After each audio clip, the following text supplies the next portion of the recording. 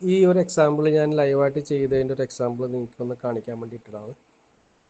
ഈ അക്കൗണ്ടിൽ capital $50 50 USDT BTCയുടെ future ട്രേഡാണ് നമ്മൾ എടുത്തത്. അത് സെല്ല് ചെയ്ത പ്രൈസ് 101,639. BTC നമ്മൾ പർച്ചേസ് ചെയ്ത സൈസ് 0.01. അത് 100x ലിവറേജിലെടുത്തു.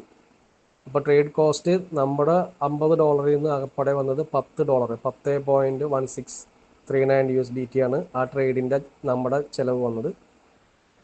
അപ്പോൾ $50 ഉള്ള കൊണ്ടിട്ട് നമ്മൾ 101 എടുക്കുമ്പോഴും 107 വരെയുള്ള ഒരു ലിക്വിഡേഷൻ ഗ്യാപ്പ് നമുക്ക് കിട്ടുന്നുണ്ട്. അതായത് ഈ പ്രൈസ് മൂവ്മെൻറ്റ് ഇത്രയും താഴത്തേക്ക് വന്നാലും നമ്മൾക്ക് നമ്മുടെ എമൗണ്ട് പോകാത്ത രീതിയിൽ. പിന്നെ ഇതിൻ്റെ അകത്ത് മനസ്സിലാക്കേണ്ട ഒരു കാര്യം, 10% മൂവ് നമ്മുടെ ട്രേഡ് എടുത്തതിൽ വന്നു കഴിഞ്ഞാൽ നമുക്ക് 1 USDT പ്രോഫിറ്റാണ്. അതായത് BTCയുടെ പോയിൻ്റ് പ്രൈസ് 101,639 നിന്ന് 101,539 താഴത്തേക്ക്, അതായത് നമ്മൾ സെല്ലാണ് ചെയ്തത്. അപ്പോൾ നമ്മൾ ഉദ്ദേശിക്കുന്നത് താഴത്തേക്ക് പോകുന്നതാണ്. അപ്പോൾ 101,539 എത്തിക്കഴിഞ്ഞാൽ നമുക്ക് $1 പ്രോഫിറ്റ് കിട്ടും. അതാണ് ആ 100 പോയിൻ്റ് മൂവിൻ BTC നമുക്ക് $1 പ്രോഫിറ്റ് വരുന്നത്. പിന്നെ ഇതിൻ്റെ ഒപ്പം നമ്മുടെ ഈ എക്സ്ചേഞ്ചിൽ MEXCയിലാണ് നമ്മൾ ചെയ്യുന്നുണ്ടെങ്കിൽ $0.2 നമുക്ക് ഫീസും ഇതിൽ ചാർജ് ആകുന്നില്ല. അപ്പം അതും നമ്മൾ സേവ് ചെയ്യുന്നു. അതായത് ഈ ഫീസ് ഉൾപ്പെടെ ഇന്ത്യ ഗവൺമെൻറ് ടാക്സ് ഉൾപ്പെടെ എല്ലാം നമുക്ക് സേവിങ്സ് ആണ്. ഇത്രയും കാര്യങ്ങളാണ് ഈ മേളിയത്തെ ഇമേജിൽ കാണുന്നത്.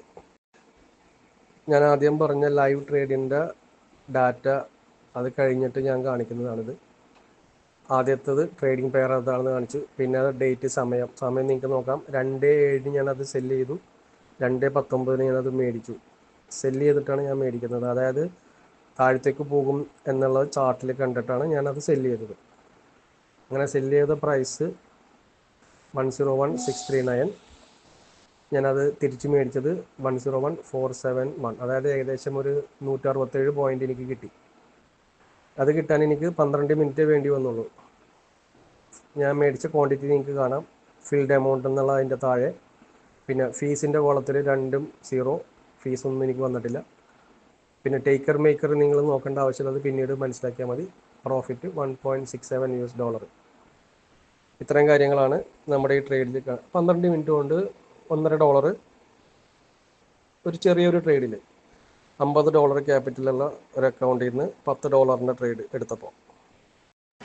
ഈ ഇട്ടിരിക്കുന്നത് BTCയുടെ ഡെയിലി ചാർട്ടാണ്.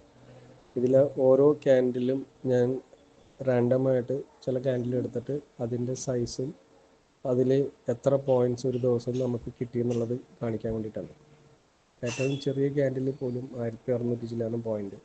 ഒരു മീഡിയം ടൈപ്പ് ക്യാൻഡിൽ 2600, ഒരു ആവറേജ് ടൈപ്പ് 7000 കൂടുതൽ.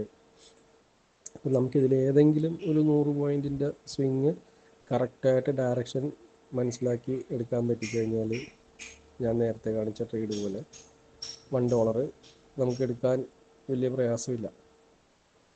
പിന്നെ എത്ര നമ്മൾ റിസ്ക് കൂട്ടണം എന്നുള്ളത് നമ്മളുടെ ചാർട്ടുമായിട്ടുള്ള പരിചയം വെച്ചിരിക്കും. അപ്പോൾ റിസ്ക് കുറക്കാൻ വേണ്ടിയിട്ടാണ് ക്യാപിറ്റൽ ഒരു $100 എങ്കിലും വെച്ചിട്ട് ചെയ്യണമെന്ന് ഞാൻ ആദ്യമേ പറഞ്ഞത്.